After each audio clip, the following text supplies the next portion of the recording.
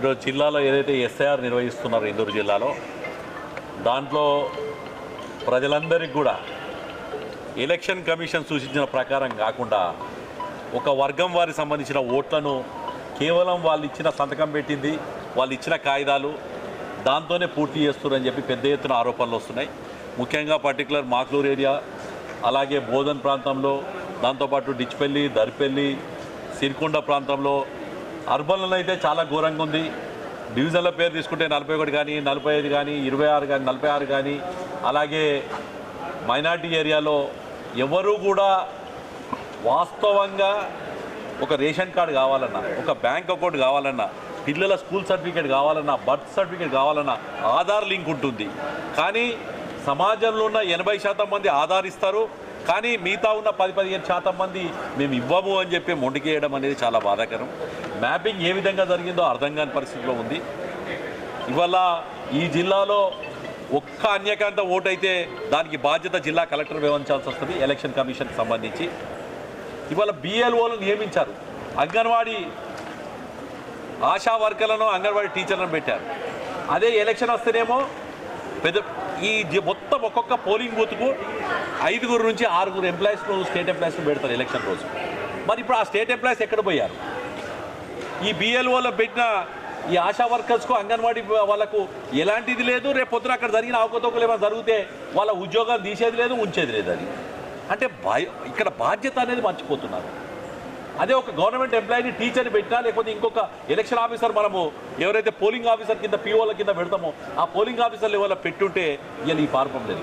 కావాలని కాంగ్రెస్ ప్రభుత్వం తెలంగాణలో ముఖ్యంగా ఈ యొక్క ఎంఐఎంతోని లోపాయికోరి ఒప్పందం కింద ఎంఐఎం ఓట్లు కట్ కాకుండా, నేను ఒక విషయం చెప్తున్నా, భారతీయ జనతా పార్టీ పర్టికులర్ ఉంది, ఏ ఒక్క భారతీయుడు ఓటు పోవద్దు. అతను ఏ మతస్థుడు కావచ్చు, ఏ కులస్తుడు కావచ్చు.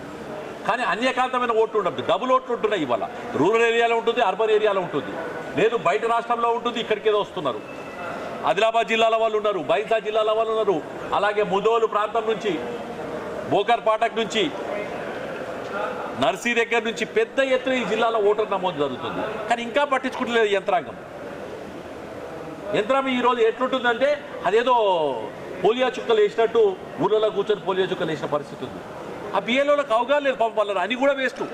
వాళ్ళ మీద రేపు పొద్దున చర్య తీసుకోవాలని కూడా లేదు. కానీ దానికి బాధ్యత వహించాల్సింది ఆర్ఓలు, రిటర్నింగ్ ఆఫీసర్లు ఉన్న వాళ్ళు, అలాగే ఏఆర్ఓల కింద ఎంఆర్ఓస్, ఆర్ఓల కింద ఆర్డీఓలు కానీ, సబ్ కలెక్టర్ కానీ, జాయింట్ కలెక్టర్ కానీ, మున్సిపల్ కమిషనర్ కానీ వీళ్ళు ఉన్నారు. వాళ్ళు ఇవాళ జిల్లా యంత్రాంగం, కలెక్టర్ గారి రిటర్నింగ్ ఆఫీసర్, జిల్లా రిటర్నింగ్ ఆఫీసర్గా వాళ్ళు ఉంటారు. కాబట్టి వీళ్ళు బాధ్యత వహించాల్సి వస్తుంది. ఏ ఒక్క ఓటు కూడా, ఎందుకంటే ముసాయిదా వచ్చిన తర్వాత పెద్ద ఎత్తున ఆందోళన కార్యక్రమాలు ఉంటాయి దీని మీద. ఈ జిల్లా వాసి కానీ, ఈ దేశవాసి కానీ, ఏ ఒక్క వ్యక్తికి కూడా రెండో ఓటు ఇది లేదు, దొంగ ఓటు ఉన్నది కూడా ఇది లేదు. ఇవాళ ఎందుకు ఆధార్ కార్డు ఇస్తలేరు ఆ వర్గాల వాళ్ళని నేను అడుగుతున్నాను. ఆధార్ కార్డు ఇస్తే తప్పేంది అంటున్నా. బ్యాంక్ అకౌంట్ కావాలన్నప్పుడు ఆధార్ కార్డు ఇస్తారు కదా. ఇదే పెన్షన్ తీసుకున్నందుకు ఆధార్ కార్డు పెట్టుకున్నారు కదా, మీరు తంబి ఇంప్రెషన్ పెట్టుకున్నారు కదా. ఆధార్ కార్డు ఏమవుతుంది? ఆధార్ కార్డులో ఉంది ఐను స్కాన్ చేస్తుంది. ప్రపంచంలో ఒక మనిషికి పోలిన ఐ ఇంకో మనిషికి ఉండదు. కాబట్టి ఐ స్కాన్ చేస్తే దొరుకుతారు.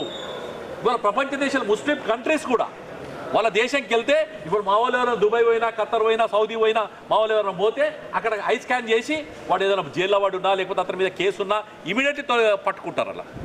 కానీ ఇక్కడికి వస్తే మాత్రం ఈ దేశ భవిష్యత్తును నిర్ణయించే ఓటు హక్కది. మీకు ఈయన తినదినందుకో ఇంకో దానికో మీరు ఇది చేసుకున్నందుకు కాదు. ఇక్కడ ఉన్న నేను ముస్లిం వర్గాలకు కూడా చెప్తున్నాను, దయచేసి అర్థం చేసుకోండి. మీ పిల్లల భవిష్యత్తుకు సంబంధించింది. ఇవాళ ఒక ఓటు హక్కు విషయమే కాదు, రేపు మీ పిల్లల భవిష్యత్తు, గ్రామాల్లో ఉన్న వాళ్ళు, మిగతా నాయకులకు కూడా చెప్తున్నారు, అన్ని ధర్మాలు ఉన్న వాళ్ళను. ఇవాళ మీరు అనుకుంటచ్చు ఒక్క ఓటు పడితే ఏమవుతుంది అన్న అనుకుంటచ్చు. ఆ ఒక్క ఓటు రేపు 100 ఓట్లు అవుతుంది. ఇలా బోధన్ 52% మైనార్టీ చేతులు వెళ్ళింది. అక్కడ ఏం రాజ్యాంగం నడుస్తుందో మీరు ఒకసారి తెలుసుకోవచ్చు. ఇలా పవన్ టాకీస్ బ్యాక్ సైడ్ ఏం నడుస్తుందో మనం తెలుసుకోవచ్చు. కాబట్టి భారతీయ జనతా పార్టీ జిల్లా కలెక్టర్ గారికి విన్నవించుకున్నాం. ఏవైతే బిఎల్ఓల అసమర్థతతోని, బిఎల్ఓలు అంటే వాళ్ళు యాక్చువల్ ఎలిజిబులే కాదు, వాళ్ళు పాపం వాళ్ళని అని కూడా తప్పే. మనం అలాంటి బిఎల్ఓలను పెట్టుకొని వీళ్ళు ఇలా కార్యక్రమం చేపట్టడం అనేది భావ్యం కాదు. అందుకోసం జిల్లా కలెక్టర్ గారి దృష్టికి దాన్ని తీసుకెళ్ళాం. వారు వీడియో కాన్ఫరెన్స్ ఉండడం వల్ల జాయింట్ కలెక్టర్ గారు కలిశారు, వారికి ఇవ్వడం జరిగింది. మేము ఈరోజు మెమోరాండాలు ఇస్తుండొచ్చు, రేపొద్దున ఆందోళన కార్యక్రమాలు చేపడుతుంది. ఇది శాంతి భద్రత దెబ్బతింటుంది. కాబట్టి వెంటనే రిటర్నింగ్ ఆఫీసర్లు, ఏఆర్ఓస్ అందరూ కూడా ఈ యొక్క ఏవైతే ఒక వర్గం వాళ్ళు ఫేక్ డాక్యుమెంట్స్ సర్చ్ చేస్తున్నారో ఆధార్ కార్డు లేనిది ఏది కూడా లేదు ఇవాళ సమాజంలో. అలా పిల్లల స్కూల్లో జాయిన్ చేయమని ఆధార్ కార్డు అడుగుతారు, వాళ్ళ హాస్పిటల్ జాయిన్ చేయమని డెలివరీ దగ్గరికి పోతే ఆధార్ కార్డు అడుగుతారు, బ్యాంక్ అకౌంట్కి ఆధార్ కార్డు అడుగుతారు, రేషన్ కార్డుకి ఆధార్ కార్డు అడుగుతారు. ఇగో ఇవి చూడండి ఎట్లుంటుంది అంటే ఇక్కడ మన పరిస్థితి. ఇగో ఇది ఒకటే డివిజను 120, ఇది 41 డివిజను. ఈ సిటీలో ఒక ఓటర్ లిస్ట్ కాదు, ఇది 120 ఓట్లు. 120 ఓట్లు. ఇగో ఈ పోలింగ్ బూత్లో, ఈ పోలింగ్ బూత్లో, 2 పోలింగ్ బూత్లలో 120 ఓట్లు, 120 ఓట్లు. అంటే సమాజంలో ఆ బూత్లో 800 నుంచి 1000 ఓట్లు ఉంటాయి. 15 నుంచి 20% దొంగ ఓట్లు అయిపోయిన తర్వాత ఏం సమాజం ఏం చేయబోతున్నది? ఒకటే హౌస్ నెంబర్, వేరే హౌస్ నెంబర్ కూడా లేదు. ఇలా ఈ పరిస్థితి పట్టుకుంటే ఏ రకంగా అవుతుంది? ఇవే మేము వాళ్ళ దిక్కు తీసుకెళ్ళాలనుకుంటున్నాం. నిన్న మ్యాపింగ్ అన్నారు, ఎంతో మ్యాపింగ్ చేసినామని 2 నెలలు మ్యాపింగ్ చేశారు. 2 నెలల మ్యాపింగ్ తర్వాత ఇవాళ ఏం చూపిస్తున్నారు? 100% మంచినాం అంటున్నారు. మ్యాపింగ్ చేసినాక 100% ఎట్లా వస్తారండి?